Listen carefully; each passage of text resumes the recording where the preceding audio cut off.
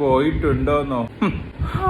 അതൊക്കെ ഒരു കാലം. എന്താ പറയാ, 10ാം ക്ലാസ്സിൽ ഞാൻ ഫസ്റ്റ് ബെഞ്ച് സ്റ്റുഡന്റ് ആയിരുന്നു. റിസൾട്ട് വന്നപ്പോ 6 AO D+. ബാക്കി സബ്ജക്ട് ഉണ്ടോ, പക്ഷെ പാസ്സായല്ലോ. 10ാം ക്ലാസ് എന്ന് വെച്ചാൽ എന്താ, ജീവിതത്തിലെ ആദ്യത്തെ കടമ്പയാ. അത് ഞാൻ വിജയകരമായി പൂർത്തിയാക്കി. +2 എത്ര സബ്ജക്ട് ആയിരുന്നു പൊട്ടിയത്?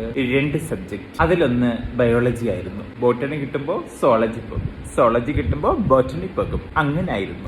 എഴുതി പൊട്ടി. അടുത്ത കൊല്ലത്തിന് വേണ്ടി കാത്തിരുന്നു. പരീക്ഷ എഴുതി, വീണ്ടും പൊട്ടി. അതിന്റെ പരീക്ഷയ്ക്ക് വേണ്ടി കാത്തിരുന്നു. അങ്ങനെ ഞാൻ എഴുതി പാസ്സായി. ജീവിതത്തിലെ 2ാമത്തെ കടമ്പയും ഞാൻ ചാടിക്കടന്നു. ഒരുപാട് സ്വപ്നങ്ങളുമായി കേരളത്തിലേക്ക്, കോളേജിലേക്ക്. Subject computer science. അത്ര വരെ കമ്പ്യൂട്ടർ എന്ന് വെച്ചാൽ പൂക്കൾ വരച്ച് കളർ കൊടുക്കുന്നതും വെൽക്കം എഴുതിയിട്ട് ഇങ്ങനെ പോകുന്നതും ഒക്കെ ആയിരുന്നു എന്റെ മൈൻഡിൽ. അതിന്റെ കുറച്ചുകൂടി ഇൻട്രസ്റ്റിംഗ് ആയിട്ടുള്ള വശമായിരിക്കും കമ്പ്യൂട്ടർ സയൻസിൽ പഠിക്കാനുണ്ടാവുക എന്നായിരുന്നു സയൻസ് വിദ്യാർത്ഥിയായ ഞാൻ കരുതിയത്. ഓൾറെഡി പരീക്ഷ എഴുതി പാസ്സായത് കൊണ്ട് തന്നെ അവിടെ പഠിത്തമൊക്കെ തുടങ്ങി.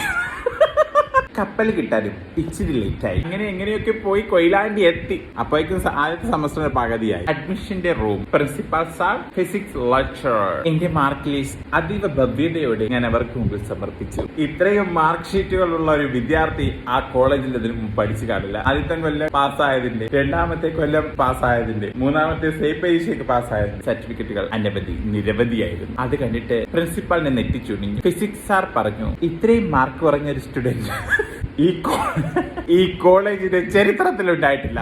അത് കേട്ടപ്പോ ഞാൻ എന്ന് ചെറുതായി വിയർത്തു. അത് സത്യമാണ്. പിന്നെ ഞാൻ ആലോചിച്ചു, ഫിസിക്സ് സാർ എന്തിനാ ഇത് പറയുന്നത്? ഞാൻ ഇവിടെ കമ്പ്യൂട്ടറാണ് പഠിക്കാൻ വന്നിരിക്കുന്നത്. പിന്നീടാണ് മനസ്സിലായത് സബ്ബായിട്ട് ഫിസിക്സ് ഉണ്ടെന്ന്. ഫിസിക്സ് തന്നെയാണ് ഞാൻ 3 വർഷം എഴുതി തോറ്റതിന്റെ മനുഷ്യ. അത് തന്നെയാണല്ലോ ഇവിടെ പോരാത്തതിന് കണക്കും. അതോടുകൂടി മനസ്സിലായി ഞാൻ ഇവിടെ കണക്കായിരിക്കും. ഒരു കുന്നാണോ മലയാണോ എന്നറിയില്ല, അതിന്റെ മുകളിലാണ് ആ കോളേജ് ഇരിക്കുന്നത്. നടന്നതിന് മുകളിലെത്തുമ്പോഴേക്കും ഉപ്പാടുള്ളത്. അതിനുശേഷമാണ് പഠനം. ടീച്ചർമാരും സാറുമാരും കാറിലായിരുന്നു വന്നുകൊണ്ടിരുന്നത്. ഞങ്ങൾ സ്റ്റുഡൻസ് ഏന്തി വലിഞ്ഞു കയറി. പഠനകാലത്ത് ഞാൻ ഡീസന്റ് ആയിരുന്നു. രാവിലെ വരുമ്പോ ഉച്ചയ്ക്ക് വരില്ല, ഉച്ചയ്ക്ക് വന്നാൽ രാവിലെ വരില്ല. അങ്ങനെയായിരുന്നു. കാരണം ഇവര് പറയുന്നത് എനിക്ക് എന്റെ തലയിൽ കയറുന്നില്ല. C++.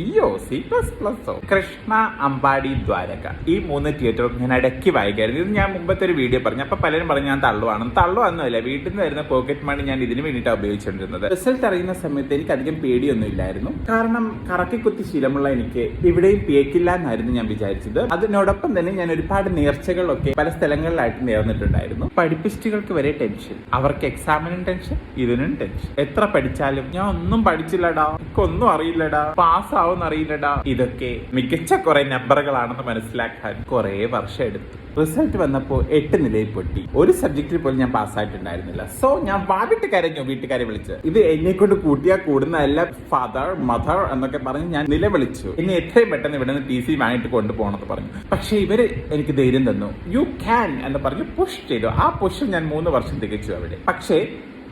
പക്ഷേ എങ്ങനെ പഠിച്ചാലാണ് എനിക്ക് മനസ്സിലാവുക എന്ന് തിരിച്ചറിഞ്ഞത് ആ ഡിഗ്രി പഠന കാലയളവിലായിരുന്നു. അത് മനസ്സിലായപ്പോഴേക്കും ഡിഗ്രി തീർന്നു. ഉള്ളത് പറയാമല്ലോ, ഇത്രയും സപ്ലൈ ഉള്ള വിദ്യാർത്ഥി കാലിക്കറ്റ് സർവകലാശാലയിൽ പോലും ഉണ്ടാവില്ല. പിന്നെ കുറെ കാലം സപ്ലൈ എന്ന തിരക്കിലായിരുന്നു. സപ്ലൈ എഴുതുമ്പോ ടീച്ചർമാർ ജനലിൽ കൂടി വന്ന് നോക്കും.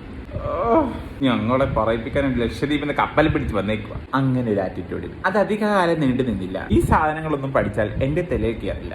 നേർച്ചക്കാരും കൈയൊഴിഞ്ഞു. അതുകൊണ്ട് ഞാൻ അത് അവിടെ വെച്ച് നിർത്തി. അതിനുശേഷം ഞാനൊരു ഡിപ്ലോമ ടെസ്റ്റ് ചെയ്തു. അത് ഞാൻ എവിടെ അഭിമാനപൂർവ്വം തലയെ ഉറത്തിപ്പിടിച്ചു. കാരണം ഞാൻ അതിന് ഡിസ്റ്റിങ്ഷനോടുകൂടി പാസ്സായി. ഈ നാണക്കേടൊക്കെ ഞാൻ കവറപ്പ് ചെയ്തത് ആ ഒരു ഡിപ്ലോമ കോഴ്സിലൂടെ ആയിരുന്നു. അത് തൃശ്ശൂർ മണ്ണുത്തി ആനിമൽ ഹസ്ബൻഡറി ആയിരുന്നു എന്റെ പഠന മികവ് ഞാൻ തെളിയിച്ചത്. പിന്നെ ഒരു കോമ്പറ്റേറ്റീവ് എക്സാം ഒക്കെ എഴുതി പാസ്സായി. ഞാനിപ്പോ ഒരു ജോലിക്കാരനാണ്. So thank you SNDP college Koyilandy. എങ്ങനെ പഠിച്ചാലാണ് കയറുക എന്ന് എനിക്ക് മനസ്സിലാക്കി തന്നത്. സോ ഞാൻ കോളേജിലൊക്കെ പോയിട്ടുണ്ട്.